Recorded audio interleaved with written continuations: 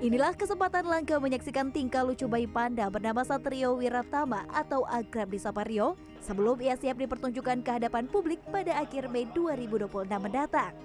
Lahir dari pasangan Chai Tao dan Hu Chan, Rio merupakan bayi panda pertama yang lahir di Indonesia, sekaligus menjadi kelahiran ke-13 di dunia di luar habitat aslinya. Pemberian nama Satrio Wiratama dilakukan oleh Presiden Republik Indonesia Prabowo Subianto yang memiliki arti kesatria pemberani yang mulia. Saat ini Rio tengah dipersiapkan secara fisik dan mental, mengingat panda adalah hewan yang sangat sensitif terhadap perubahan lingkungan, terutama suara dan cahaya. Yang paling utama adalah Rio itu harus mampu istilahnya semua sensori dia berfungsi dulu. Dia bisa pakai, dia bisa lihat, dia bisa tahu mana pintu buat keluar, mana pintu buat masuk, mana jalan keluar, mana jalan masuk. Kemudian dia bisa tahu mamanya di mana. Jadi memang mereka sangat sensitif dengan suara, kebisingan, begitu ya.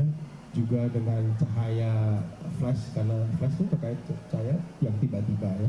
Mungkin kalau ambient light, lampu, karena itu sudah ada di ruangannya dan terpendar begitu. Itu dia acceptable ya, bisa menerimanya. Kalau yang sifatnya pointed light gitu dia sangat sensitif. Jadi kami juga menyarankan untuk pada saat nanti Rio sudah dilihat ya, seperti peraturan yang ada, kita bisa sama-sama menikmati kelucuan Rio dengan tidak berisik, tidak jalan lari-lari gitu, tidak mengotok-otok kaca gitu ya. Kemudian juga tidak membuat keberisikan seperti teriak-teriak gitu ya, sesuatu yang sensitif buat sensori mereka gitu ya. Keberhasilan kelahiran Rio tidak lepas dari teknologi inseminasi buatan yang dilakukan tim ahli Taman Safari Bogor bekerja sama dengan berbagai pihak dari sejumlah negara. Langkah ini diambil mengingat sulitnya proses perkawinan alami pada panda yang memiliki sifat individualistik. Bukan hewan yang hidup di grup ya, mereka sangat individualistik, maka di China sangat sulit untuk panda menemukan pasangan yang cocok ya. Apalagi lembaga konservasi seperti kita yang hanya diberi sepasang gitu, jadi cowoknya nggak bisa milih cewek gitu kan ya. Jadi kalau memang nggak suka ya nggak suka gitu.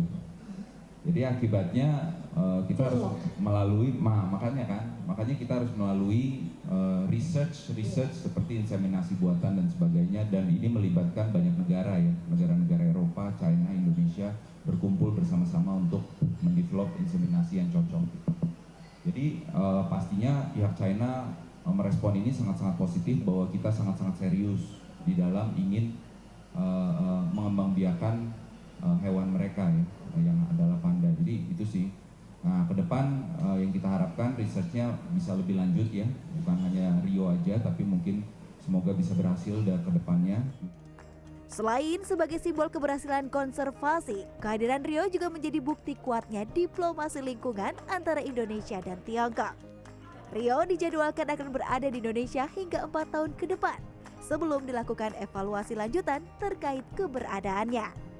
Bagi masyarakat yang ingin melihat langsung, pihak Taman Safari akan membuka kesempatan kunjungan secara berkala mulai 30 Mei 2026 dengan durasi terbatas 2 hingga 3 jam per hari untuk menjaga kenyamanan sang bayi panda. Sufiani Tanjung, Yoga Aris Pratama, Bogor, Jawa Barat.